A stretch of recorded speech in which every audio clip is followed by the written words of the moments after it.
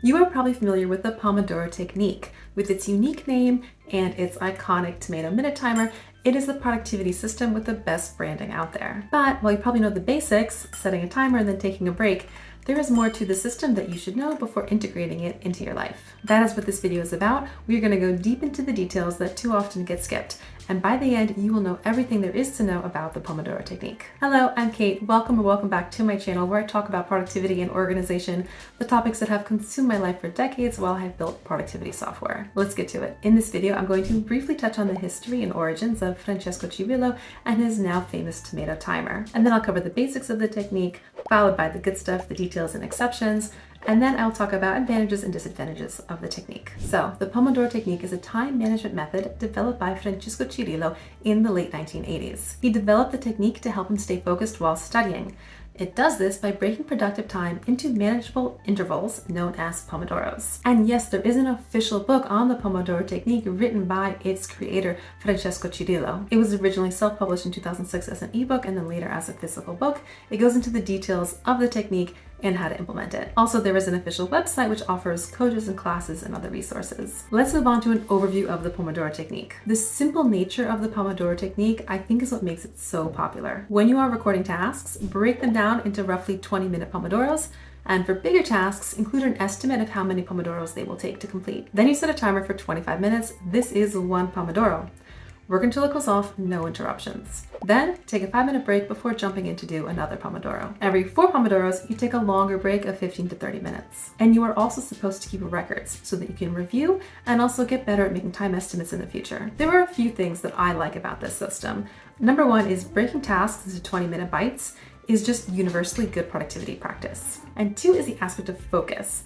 Part of the 25-minute work, 5-minute break system is that you cannot get interrupted. If your Pomodoro gets interrupted, you have to start a new one. And 3 is the emphasis on reflection and personal optimization.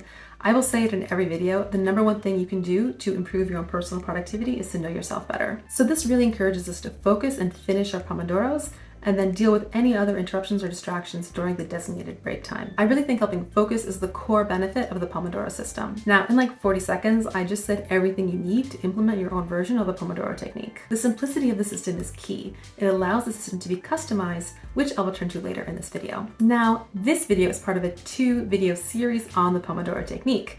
This video here is meant to be an academic style explanation of the Pomodoro Technique, just the facts, keeping all of my personal opinions out of it. And the second video is a vlog style video where I test out the Pomodoro Technique for one day. I actually never tried it. And that experiment was much more interesting and revealing than I expected it to be. I want to keep my personal opinions in that video and out of this one, but I do want to say I'm normally a pretty productive person who doesn't have a lot of downtime, is pretty much productive all day long. So I thought the Pomodoro Technique would be more breaks than I'm used to. However, that turned out to either not be true or at least not feel like it was true. 5 minutes is not a very long break. I can barely make myself a cappuccino in that time. Also, having a literal ticking timer going off all day long, both during productive time and during break time, didn't leave me feeling rested and relaxed. So, just on the topic of breaks, they sound like a lot, but I strongly suspect they are less than what most people take, probably without even realizing they're taking those breaks. Next chapter of this guide on the Pomodoro Technique is on implementation. You can make your own implementation just on the basics discussed in the last chapter, but let's discuss the official implementation. Basically, you need 3 sheets of paper. The official website sells these for about €3, but they also explain how to make your own for free. The first is the activity inventory sheet, and this is basically a giant to-do list. If you watch more of my videos, you know I have a lot of opinions about to-do lists, as you might imagine from someone who built a software company around task management. But in this video, I'm keeping all of my opinions to myself. The next sheet of paper is the to-do today sheet. This is a list of all of the tasks you want to do today, and presumably including an estimate of how many Pomodoros you think each will take, and they are in the order of priority. Plus, and I love this, a section labeled unplanned and urgent. Activities where any unexpected tasks that have to be dealt with should be listed as they come up. These activities could potentially modify the day's plan. I love the idea of an unplanned and urgent section. So often my day goes off the rails with unexpected things, and then at the end of the day, my to-do list looks the same as it did at the start of the day. It would make me feel so much nicer if all of those interruptions were listed out in an unplanned and urgent section. And finally, the third document is the record sheet, which, as you might expect, is for keeping records so you can later reflect on it and analyze your time. Moving on to the next chapter, interruptions. The Pomodoro Technique is all about focus, so you can imagine there are rules for dealing with interruptions. There are basically two techniques for dealing with external interruptions. The first is postponement, basically deal with the interruption during your next break. And there is an official way to do this called inform, negotiate, and call back, where you inform the interrupter that you are in the middle of a Pomodoro, you negotiate a time to follow up with them, and then at that time you call them back. The second recommended method for dealing with external interruptions is including into your day a dedicated Pomodoro for those inevitable interruptions. For dealing with internal interruptions, i.e. stray thoughts, you are supposed to keep a notepad close by, and when those stray thoughts come in your head, you're supposed to write them down and then move away from them. If these methods don't work and you get pulled away from your Pomodoro, you cannot resume it. Pomodoros are uninterruptible by definition, so you have to start a new one. The next chapter is on customizations, as if you need a permission. Any productivity technique that you decide to try out, you should always be just taking the good parts and ignoring the stuff that doesn't apply to you. You should customize productivity systems to fit your life, never the other way around. The Pomodoro Technique is so simple in its basic structure, it's pretty easy to customize it. Most obviously, you can change the length of time for your Pomodoros and for your breaks. And of course, you can also customize the reflection stage. If you already have a system for reflecting on your time that you like, you can just keep that one. Personally, after my 24-hour experiment with the Pomodoro Technique, I do not think I will be implementing the full system. I already have a pretty robust and well-working system for managing my time, and the main problem that the Pomodoro Technique solves is focus, which isn't a particular weakness of mine. The exception is going to be when I have a really amorphous task that I don't know how long it's going to take, and I know I'm probably not going to finish it today. I can have a hard time sitting down and working on those. For these, I'm now going to start putting down 2 Pomodoros of writing rather than just writing, which is what I do now and too often ends up the task that was a high priority but somehow just didn't get done during the day. So you can do something similar. Try the full Pomodoro Technique for one day and then take the parts that you like as much or as little and integrate it into your existing system. Now, the simplicity of the Pomodoro Technique is an essential aspect of it. However, there are some lesser known advanced uses. For example, there is the undefined Pomodoro. This is not part of the official Pomodoro Technique, but it is where you just start on a task and then at the end see how long it takes. And this helps you learn for the future to know how many Pomodoros to give that type of task. Also, the Pomodoro Technique can be used in teams.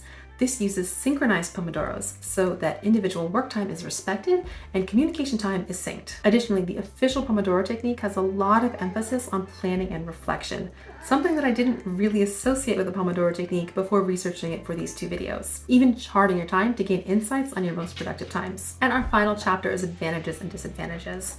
I suspect that a lot of people who go on and on about all of the advantages of the Pomodoro Technique do so without actually trying out the full official technique. The big advantage is focus. The heart of the system is that you set a 25-minute timer to do X and only X. I think the creator would also say that the reflection aspect leads to personal growth and improved productivity. I like how reflection is included in the Pomodoro Technique, and the modular aspect of Pomodoros will definitely give you an advantage when trying to, crunch numbers and run analytics on your time. However, I don't see how the reflection stuff is inherent to the Pomodoro Technique. You can do the 25-minute timer stuff without the reflection or vice versa. Before my experiment, I was really concerned about a forced break every 25 minutes. I thought this would break my flow and make it harder to finish my big tasks. It turned out this was not true at all. A 5-minute break is so short that you can really jump right back in, no problem at all. Also, before my experiment, I thought that all of the mandatory breaks sounded like a lot of downtime. In reality, 25 minutes of truly focused work is a bit mentally taxing. And those 5 minutes are probably roughly the same that I just spend staring off into space without realizing I'm even taking a break. So I think it's not really more downtime, it's just more separation between downtime and working time. And this last disadvantage, I have heard people say that all of the breaks leave them feeling really relaxed and focused.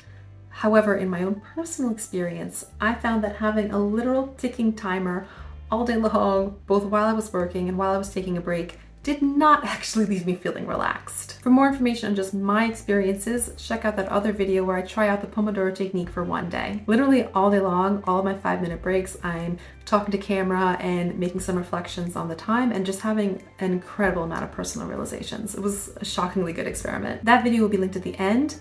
but I'm not sure which one I'll upload first, maybe this one, in which case, if it's not ready yet, you have to subscribe to see when it is. Thank you for watching. I hope this video was helpful for you. And if it was, please feel free to send me some virtual hugs in the form of a like or a subscribe. Also, I would love to know what other people, like real people, not productivity weirdos like me, think about the Pomodoro technique. Like, do you actually use it? Do you use the whole official system or just the timer? Or if you try it out for a day, which I really do recommend doing, what was it like? Did you have other realizations about yourself too? And one last time, because I think Francesco Cirillo cares a lot about protecting his brand and intellectual property of the Pomodoro Technique. The Pomodoro Technique is a registered trademark and I do not have any official association with them. I'm just a fan. I will leave links to all of the official stuff down in the description and I'll see you guys in that next video.